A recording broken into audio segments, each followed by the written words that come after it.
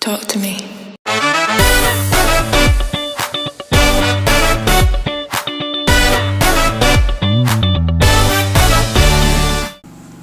Halo teman-teman, kembali lagi bersama saya Putri dan teman saya Arum.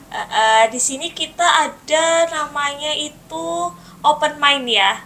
Jadi di episode pertama ini kita kedatangan nih salah satu narasumber yang mau kita kulik tentang biografi dia, pendidikan dia, terus tentang prestasi apa aja yang udah dia dapet, terus yang paling utama itu kita tuh mau membahas tentang bisnis di kalangan pemuda. Jadi langsung aja ya ke ada yang namanya ini Mbak Sila. Apa kabar Mas Sila? Iya. Alhamdulillah baik. Oke. Mbak Sila bisa kenalin Jadi dulu. diri dulu. Mungkin teman-teman belum pada kenal nih. Kan ada pepatah yang mengatakan Tak kenal maka tak arum. tak kenal maka tak arum. Oke. Boleh. Bercanda ya. Oke. Boleh langsung aja Mbak Sila. Oke, baik, perkenalkan, nama saya Sila Rahmananda Putri. Saya merupakan lulusan S1 dari UIN Saizu atau UIN Profesor Kyai Haji Saifudin Zuhri Purwokerto, jurusan Ekonomi Syariah tahun 2024. Oke. Berarti baru banget lulus Iya, ya? baru banget. Oke, baru banget lulus. Sebelumnya dulunya Mbak Sila itu berarti dari SMK atau SMA? Dari SMK. Oh, dari SMK. Dari SMK.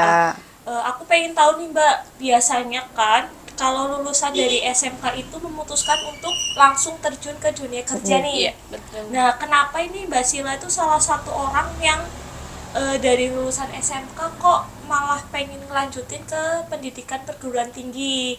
Pastikan kurang lebihnya sedikit ya Mbak, kalau yang aku tahu. Iya. Pastikan kalau dari SMK itu memutuskan untuk udah deh aku langsung kerja aja, soalnya pengalaman untuk keterampilannya sudah didapat. Betul. Beda sama yang lulusan SMA sederajat kayak gitu.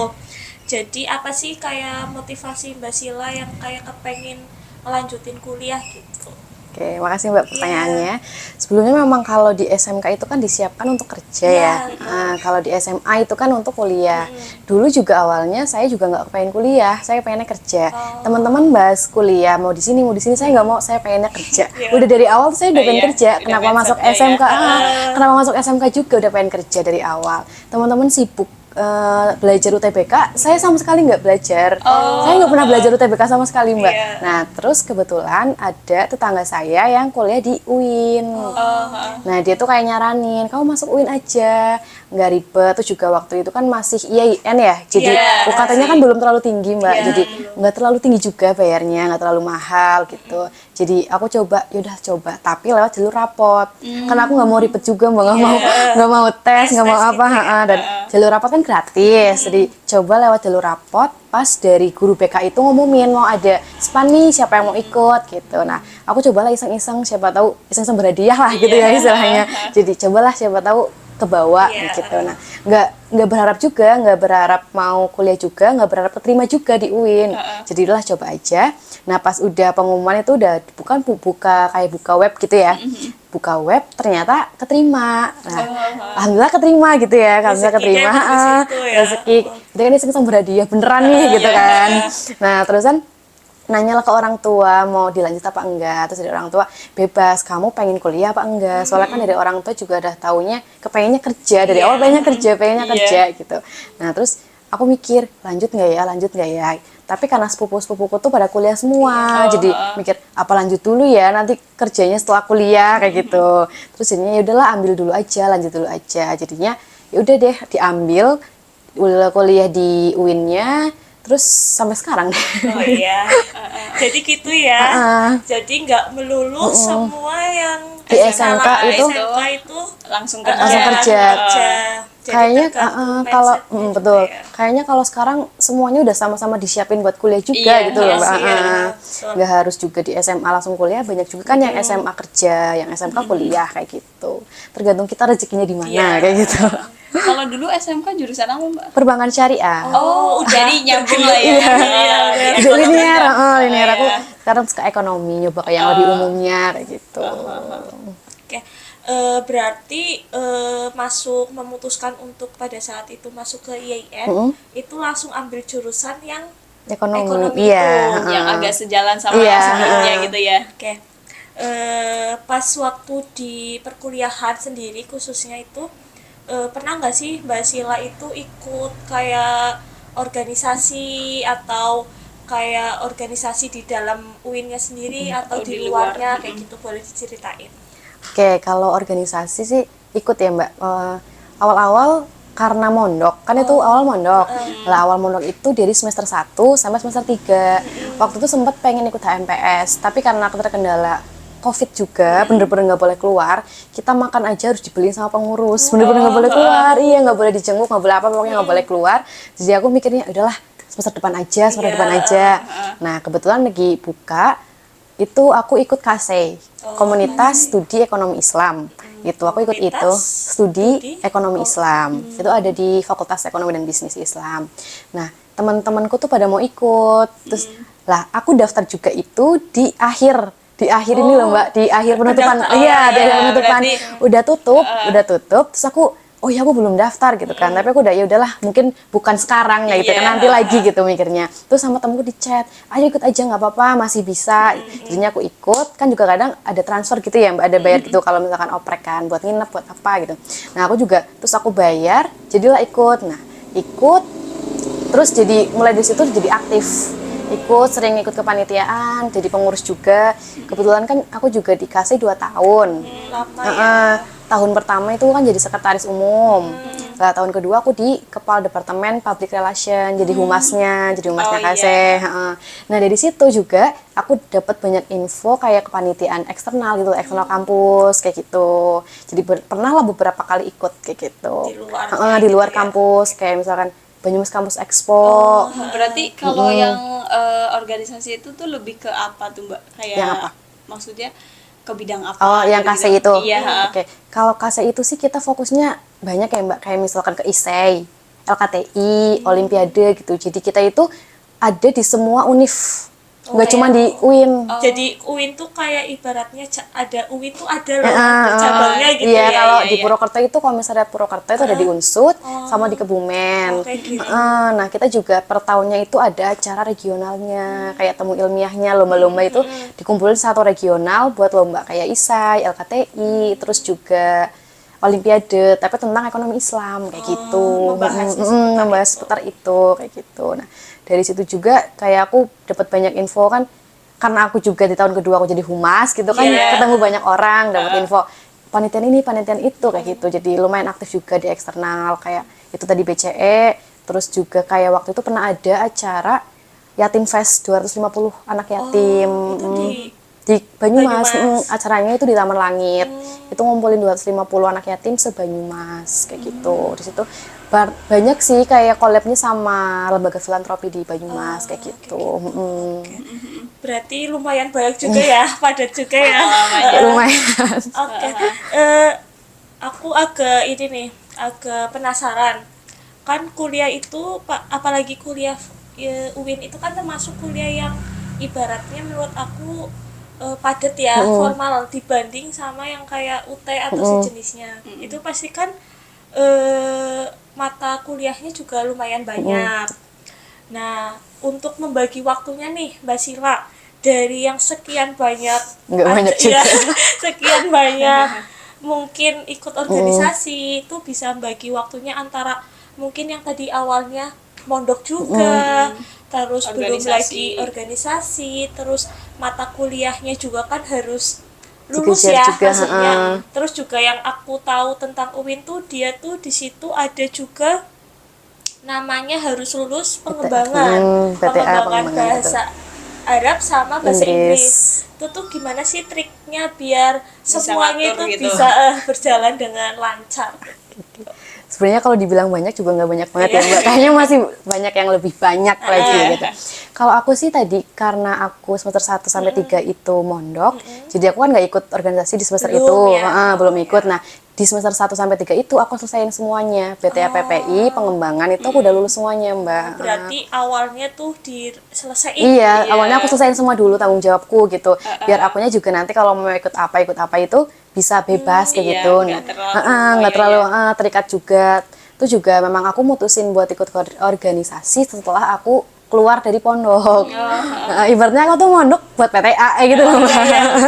Untuk kewajiban aja Buat gitu untuk ya. ngatasin kewajiban aku gitu. Jadi setelah aku udah keluar kan udah kewajiban ya kayak tanggung jawabnya udah hilang satu lah Iya. gitu istilahnya ya. Jadinya aku berani nambah lagi buat yang organisasi kayak gitu. Kalau untuk sama mata kuliah sih karena KSI juga acaranya itu nggak di hari weekday gitu loh, Mbak. Iya, Jarang di weekday. Kalau KSI itu lebih kebanyakan di weekend. Oh, weekend. Kalaupun di weekday itu setelah selesai matkul kayak gitu. Dan juga kalau di KSI itu udah dibagi-bagi. Misalkan aku ada matkul nih hari ini, berarti nanti ganti orang dulu. Kalau misalkan aku nggak, fleksibel gitu ya. fleksibel. Kalau nanti aku nggak ada, baru aku yang join kayak gitu. Dan juga di KSI itu kan lumayan banyak juga anggotanya kayak gitu. Nah, apalagi pas tahun pertama kan aku jadi BPH gitu istilahnya ya, Mbak, jadi badan pengurus hariannya, harus otak-atik kesana kesini kayak gitu. Tapi alhamdulillahnya aku nggak pernah dispen untuk matkul kayak gitu loh, karena karena kerjasama timnya aja sih yang harus dikuatin lagi gimana caranya kalau yang satunya ada matkul, yang lain nge-backup kayak gitu. Berarti kerjasama tim juga perlu ya. Perlu. Itu juga pembagian yang benar-benar siapa aja nih yang ada matkul hari ini kayak gitu tuh jangan ikut dulu kayak gitu, nanti nextnya ikut lagi kayak gitu sih.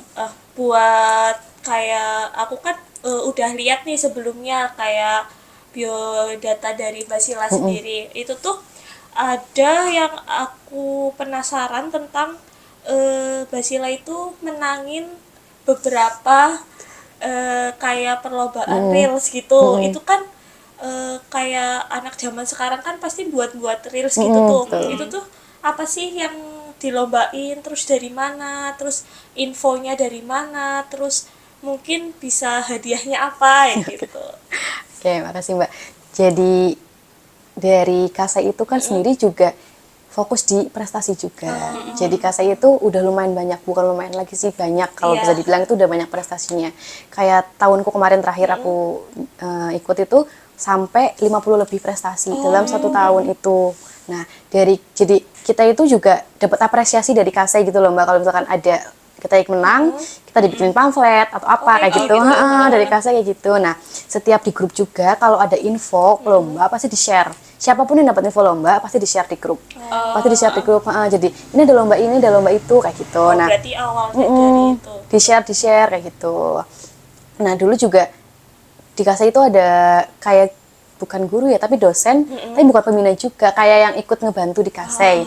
Itu namanya Bu Visit. Nah, Bu Visit itu juga dulu yang kayak ngedampingin kita loh yang mau ikut lomba gitu, dari ISAI, Olimpiade, sama Alkti, didampingi beliau semuanya. Nah, beliau juga rajin kalau ada info pamflet kayak gitu, ayo Mbak ikut kayak gitu. Nah, awal darinya dari situ.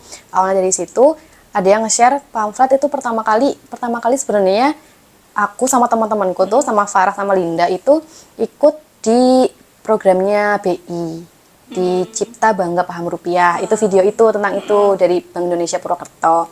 Nah, kita iseng ikut kan. Nah, kita iseng ternyata dapat juara favorit. Dan lumayan lah hadiahnya, bisa buat jajan gitu, bisa buat jajan hadiahnya. Nah, dari situlah teman-teman KSI itu ngelihat kita bertiga, karena kebetulan kita bertiga juga ikut KSI dan satu kelas. Kita satu kelas. Jadi kalau setiap ada lomba pasti nyuruhnya ke kita bertiga, ayo ini lomba video khususnya, ayo ini lomba ikut gitu. Nah, yang awal mulai juga itu yang di UB, yang di Universitas Brawijaya, itu yang ngadain juga KSI sana, Mbak. Sama-sama KSI gitu. Program tahunan juga dari sana tentang Reels Competition. Nah, kalau lomba kayak gitu tuh pasti ada temanya, ada temanya di sana, tema tentang apa. Nanti kita tinggal menyesuaikan, kita bahas materinya kayak gitu. Nah, kita nggak expect juga kalau kita tuh bakal menang juga gitu. Alhamdulillah kita buat pengumuman juara 2 sama juara favorit. Nah, langsung dua. Nah, juara yang juara 2 itu dapat uang tunai. Alhamdulillah lumayan lah gitu. Buat kita anak kuliahan gitu, buat jajan. Terus yang favorit tuh kita dapat hadiah barang. Waktu itu kita dapat mic kayak buat lomba gitu loh, kayak mic kayak gini. Gitu buat aset kita lah buat kita ikut lomba lagi. Nah yang puncaknya itu kita menang internasional waktu itu. Kita menang di Universitas Islam Negeri Abdurrahman Wahid Itu di Pekalongan itu itu. tentang itu juga atau Itu tentang kita bahas tentang SDGs kalau nggak salah. Kita bahas tentang SDGs, kita bertiga juga. Nah di lomba itu ada kayak presentasi lomba. Kan jarang ya ada lomba Iya. video presentasi. Betul. Kita presentasi pakai bahasa Inggris juga kita presentasinya. Karena kebetulan juga yang ikut tuh ada yang dari Mesir juga. Jadi benar-benar internasional, kita juga nggak expect Iya. bisa masuk di 5 besar.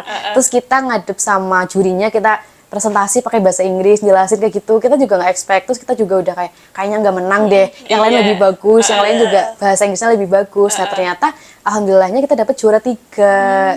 Alhamdulillah itu dapat juara di 3. via online atau kamu yang Kalau waktu itu via online, karena kan kebetulan tahun 2022. pas Dan itu banget. masih di sana tuh masih kayak COVID gitu loh, Iya, Mbak. Masih area-area COVID gitu. Iya. Biasanya sih offline biasanya, cuman karena masih COVID gitu lah istilahnya, jadinya kita di onlinein semuanya, tapi di online kayak gitu. Gitu sih, kita mulai dari itu. Terus juga kayak ya lomba yang di internal juga, kayak lomba di HMPS yang adain, kita juga pernah ikut. Kita pernah juara 1 juga. Itu tapi lingkup UIN sih. Itu lingkup UIN aja kayak gitu-gitu sih, Mbak. Kita coba-coba aja kayak gitu kalau ada lomba-lomba kayak Oke, gitu. terima kasih Mbak Sila. Kalau kemarin kan mbaknya di ekonomi nih, nah kemarin kan baru lulus. Nah skripsinya tuh tentang apa mbak? Oke, kebetulan skripsi saya itu bahas tentang mendoan yang di Sawangan. Waktu Itu itu. gimana itu? Kenapa saya ambil itu juga ya, Mbak? Karena menarik gitu loh. Kayaknya di sepenglihatan saya ya, kayaknya tuh baru ada mendoan dengan banyak varian, terus juga banyak ukuran di Purwokerto Iya. gitu. Terus juga tagline-nya kan mendoan terbesar sedunia kalau nggak salah ya. Gitu. Aku awalnya lihat dari Instagram, dari TikTok banyak yang review. Kok aku juga kaget, kok ada mendoan kayak gini gitu. Terus jadinya coba deh kita coba ngajuin judul ke kampus tentang ini. Alhamdulillahnya diterima di ACC kayak gitu. terus berlanjut. Terus berlanjut. Berarti itu tahu dari Sawangan pun dari itu juga, dari Reels juga. Iya, dari reels kayak yang di TikTok gitu loh, kayak di Instagram kayak gitu. Yang pada review-review kayak gitu loh, Mbak. Jadi, oh ternyata ada, makanya coba. Awalnya itu mau getuknya. Tapi ternyata dilihat lagi kayaknya lebih menarik mendoanya deh Iya, untuk lebih diangkat kayak banyak gitu. variannya juga ya, betul. gitu. Jadinya ya udah coba mendoanya aja dulu kayak gitu. Nah kalau sekarang kan udah lulus nih mbak, kesibukan sekarang apa nih mbak? Kayaknya kalau kesibukan fresh graduate gitu ya. Oh, Apalagi sih Mbak kalau nggak cari kerja gitu. Iya. Masih sibuk-sibuk cari kerja aja sih kayak gitu. Tapi kalau misalkan sekarang kan marak nih mbak, kalau di kalangan anak muda tuh pada buka usaha gitu kan. Kira-kira menurut Mbak Sila tuh gimana? Kalau misalkan anak muda udah berani buka usaha gitu. Kalau menurut aku sih bagus ya Mbak, karena teman-temanku juga banyak yang buka usaha. Temanku yang tadi aku sebut kita reels bareng itu, Linda, dia juga punya bisnis. Dari awalnya tuh kita coba-coba karena acara HMPS juga. Karena ada acara HMPS, itu lomba make up. Nah, kebetulan aku yang jadi modelnya, dia yang MUA-nya. Iya. Tapi alhamdulillahnya dia jadi berkembang, udah gede sampai sekarang, udah banyak jobnya juga. Jadi di lingkunganku tuh kayak teman-temanku banyak yang berbisnis juga, terus juga pas di KC juga diajarin juga, ada juga Mbak berbisnis kayak kita jualan langsung juga di GOR kayak gitu-gitu, ada kayak Sunmore gitu ya istilahnya.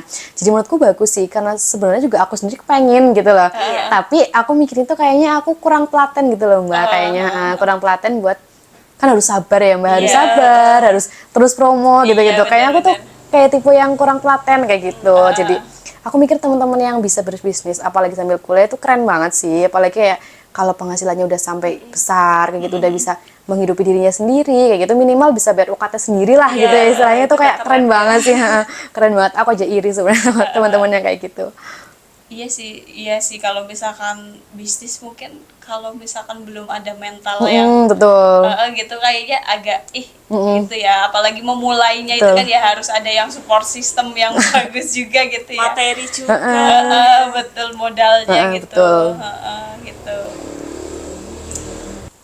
Oke, jadi itu tadi ya kita udah ngobrol-ngobrol sama Mbak Sila juga ya. Kesimpulan dari yang tadi kita obrolin ya, bisnis di kalangan anak muda itu bisa dicoba untuk semua ya.